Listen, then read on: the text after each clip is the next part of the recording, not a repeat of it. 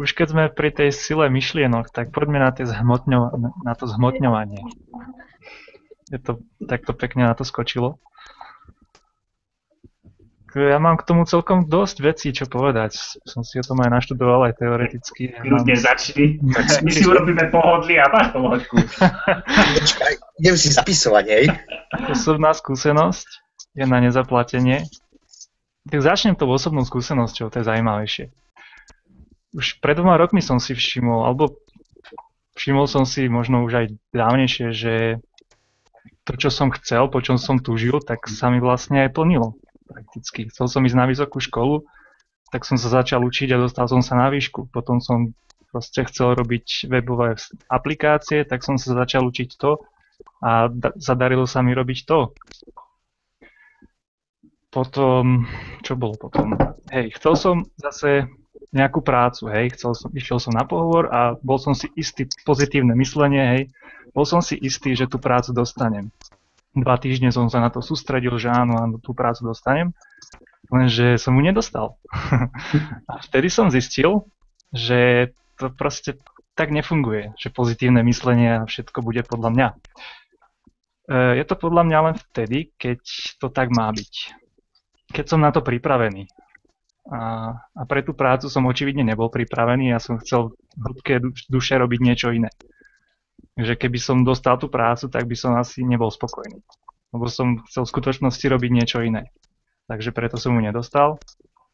A tiež ešte druhá taká vec s tým zhmotňovaním, že som sa sústredil tiež, že proste na jednom festivale spoznám ženu svojich snov. Ale nespoznal som. Pretože tiež som zistil, že sloboda a proste svoj voľný čas si cením najviac. A je mi lepšie bez ženy. Takže to bolo... Do toho skočím. Možno to nebol ten správny festival. Možno. Tak a potom som si začal až neskôr vlastne tento rok študovať o tých duchovných veciach a o tom aj zhmotňovaní a o sile myšlienky hlavne. Vlastne čo je myšlienka? Myšlienky sú vibrácie. Všetko, na čo myslíme, to proste vibruje a ide to určitým smerom. A tou rýchlosťou, akou to ide, tak to záleží na tom, ako moc sa na to sústredíme. A tiež aj to podvedomie na to vplýva. Podvedomé myšlienky. My si aj nemusíme uvedomovať, ale nevedome si môžeme zhmotňovať v tomto svete niečo.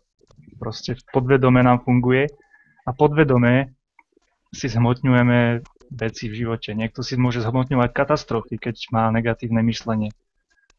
A potom si hovorí, že aký je ten život strašný.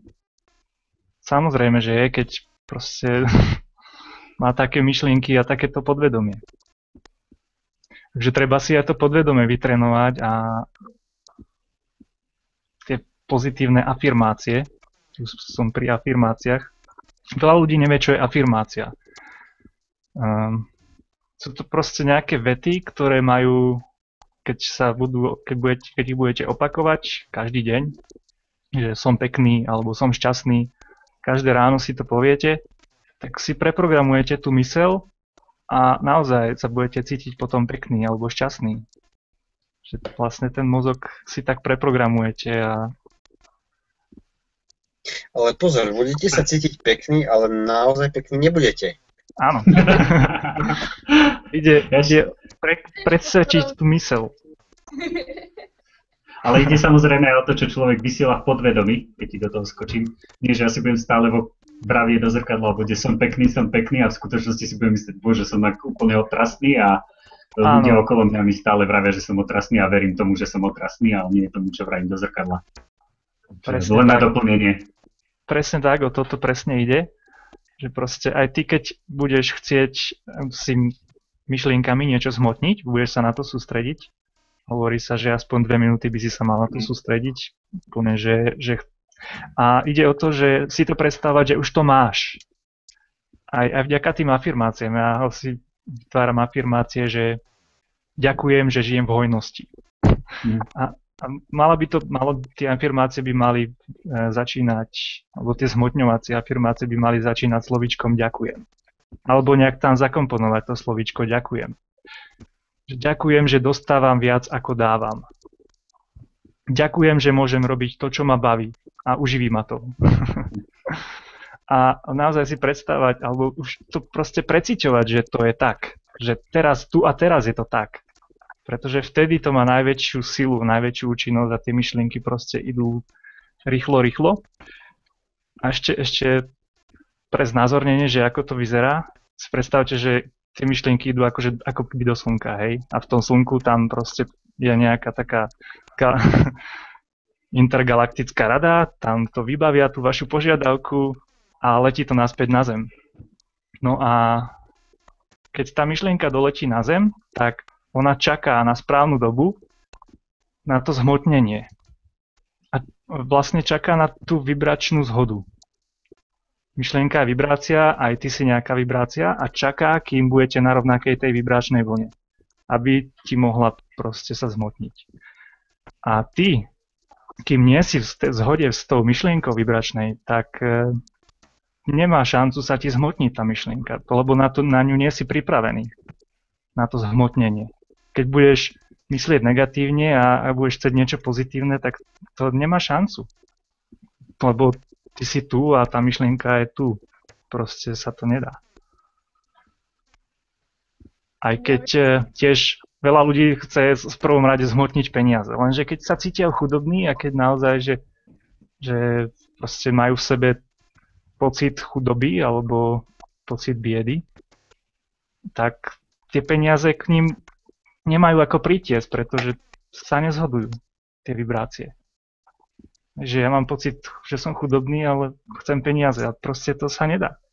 Musím si najprv vytvoriť pocit, že tie peniaze už mám, že som bohatý a vtedy by to malo ísť. Ja môžem tak pridať osobnú skúsenosť, v podstate, ktorá ma aj doviedla na túto cestu. Mala som na strednej obdobie, keď vlastne celú strednú mi všetci hovorili, že som neskutočný šťastkár. Fakt, každý deň som počúvala, aký som ja šťastkár, aké mám stále šťastie, lebo v podstate, môžem povedať, že som plakala tú školu, plakala som učenie, aj tú dochádzku tak trošku, ale stále sa mi všetko prepieklo. Fakt, nikdy som nemala žiaden problém, aj keď a väčšinou som mala dokonca lepšie známky ako tí, čo sa drvili. A fakt, vždy som vedela, som sa naučila, ako vybabrať so systémom. To ma naučila stredná. Následne, čím viac mi hovorili, že som šťastkár, tak tým väčší šťastkár som naozaj bola. A začala som si to aj sama sebe hovoriť, aký som ja šťastkár, strašne mám šťastie stále. A tak som sa vlastne dostala na túto cestu, keď som zase raz flákla školu tak, že som šla so spolužiakmi do iného mesta, kde šli na skúšku z angličtiny, aby sa dostali do Dánska na školu, na vysokú. A som si povedala, fajne, pôjdem s nimi, nemusím ísť do školy, tento pondelok nevyzerá nejak pekne, písomka a tak. Som šla s nimi a bola som vlastne jediný človek, ktorá som zvládla tú skúšku. A som si povedala, wow, toto je nejaké znamenie, fakt, to šťastie, fakt mi ide do cesty. A následne som našla školu, kde môžem cestovať takmer každý semestr do iných krajín. A som si povedala, wow, super, toto je tá škola pre mňa. A nakoniec som zistila, že vôbec som nespĺňala podmienky pre tú školu. Už pomaly na konci, keď už všetky prihlášky boli odozdané a takto, som si uvedomila, že wow, nespĺňam žiadne podmienky, ale ja sa tam dostanem, ja sa tam nejak dostanem. A nakoniec ma prijali aj bez splnenia tých podmienok. Vôbec, úplne som povedala, že som šťastkár a zase som šťastkár bola. Fakt. A čím viac si to hovorím, tak tým väčší šťastkár som. Vyhrávam súťaže po internete, stopujem sama po Európe a stretávam úžasných ľudí, stále si dokážem zhmotniť takých ľudí, že nechápem. Minule som myslela na hypnózu jeden deň a na druhý deň som stretla hypnoterapeutku. Fakt, na deň sa to zhmotnilo. To bolo neskutočné niečo. Alebo som Ja, dlho rozmýšľala o zdraví, o iridiológii a dnes som zase stretla babu, čo sa tým zaoberá. A povedala mi pár vecí a vysvetlila mi ďalšie veci, ktoré som chcela vedieť o zdraví. Fakt, zase som pocitila ten úžasný pocit, keď tebou zabrní tá pravda, intuícia, keď som si uvedomila, že wow, ďakujem za túto novú informáciu. ja len k tomu mám ešte dve veci. Takým tým zmutňovaným myšlienok. Asi také, aspoň pre mňa teda dosť podstatné, že ono to tak úplne není len o tom pozitívnom myslení, lebo však ja môžem sedieť doma a stále si pozitívne myslieť, že chcem mať 1 000 000 korún a proste myslieť na to aj celý deň. Že chce to samozrejme od tých ľudí aj akciu. A tak ako si aj Tianči hovorila, ste si myslela na tú hypnoterapeutku, ale musela si s ňou napríklad rozprávať. Že to nešlo len tak, že aj ju vidím, ona si ti ozvala a začala bez toho, aby si ty komunikovala, teda všetko robiť.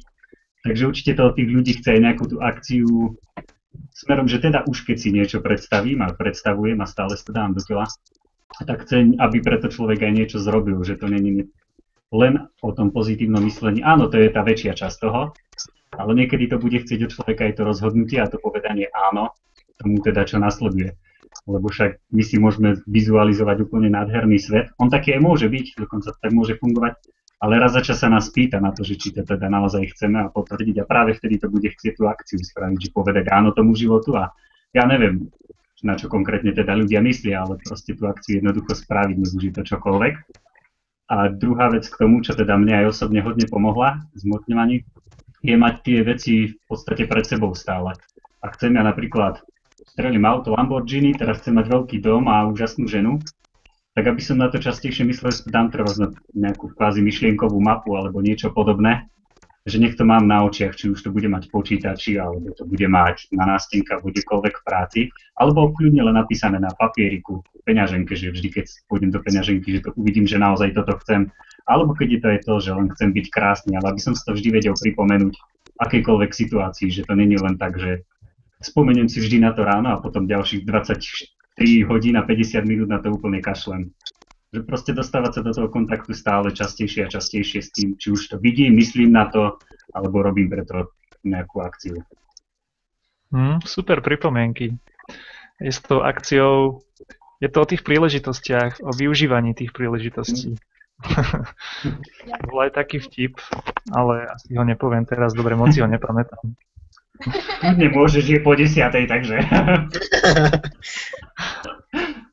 Ešte dodala, vlastne ty si spomínal, že myšlienky sú vibrácie. Ja by som to nazvala skôr energiou. Do čoho dávame myšlienky a naše činy, slova, všetko je energia. A na čo sa sústredíme, tomu tú energiu dávame. A vlastne o tom som mala tiež konverzáciu s tými mojimi inžiniermi spolubývajúcimi a vlastne hovorili, že vytvárať tú energiu nemôžeme, dokážeme ju len presmerovať, tá energia existuje. A presne o tom to je, ako dokážeme presmerovať tú energiu, tie myšlienky, na čo sa dokážeme viac sústrediť tie slova a zároveň činy. Našu energiu, ktorú vytvárame činmi, kde ju posunieme, kde ju dáme, to vytvára nové skutočnosti. To nás posúva tým správnym smerom. Dá sa to nazvať aj energia, ale v kvantovej fyzike je všetko vibrácia a všetko okolo nás vlastne vibruje určitou vibráciou a preto je to také, ako to je. Takže aj myšlienky sú vibrácie a oni vibrujú a cestujú určitou rýchlosťou k tomu zhmotneniu. No, v podstate máme iné pomenovanie toho, ale hej no. Čo by som ja ešte dodal k tejto téme, tak ja si myslím, že celá naša osobnosť, povaha, postoj k určitým veciam, naše názory sú čisto výsledkom len myšlienok, ktoré sme kedysi dávno mali. Čo to je k tomu zmotňovaniu? Názory sú výsledkom našich myšlienok, ktoré sme mali kedysi? No, v podstate vidím tam ten zmysel. Všetko je vytvorené. Prečo nie? No, všetko je vlastne vytvorené, celá naša osobnosť, naše názory, naše myšlienky je vytvorené našimi skúsenostiami od malička. No áno, ja som to zle povedal. Skôr by som možno...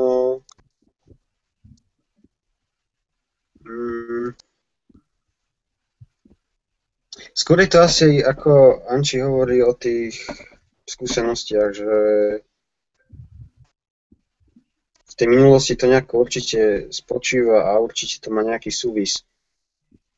Ja si myslím, že to, aký sme boli v minulosti, určuje našu prítomnosť. Teda akože nepriamo určuje, ale má nejaký vplyv. A akože myslíš, máš nejaké rozhodnutia v minulosti, alebo... No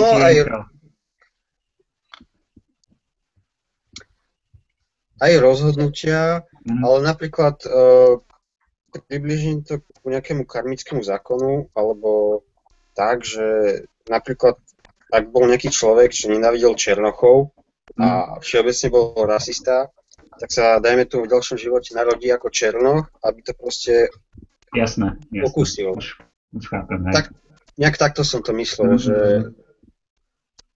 Taká v podstate akoby karma, že niečo sa ti... No... Tak, chápeme sa, to je hlavné. Hej. No proste prejsť si tým zážitkom, s ktorým človek možno nebol úplne tak spätý, alebo s ktorým bojoval, tak si ho prežiť vlastnou cestou. Hej, asi áno, práve že s tým, čo človek bojoval, tak proste sa s tým bude určite konfrontovať aj neskôr. Pretože ak k tomu cítil nejakú tú nenávisť, alebo nejaké tie negatívne pocity, tak podľa mňa má akože nejakú takú novú šancu sa k tomu lepšie postaviť.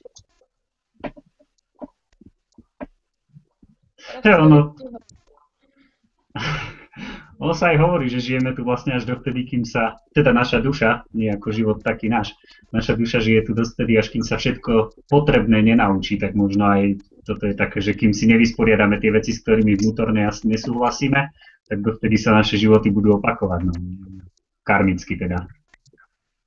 Áno, keď človek dosiahne osvietenie, už na tejto zemi nemá čo robiť.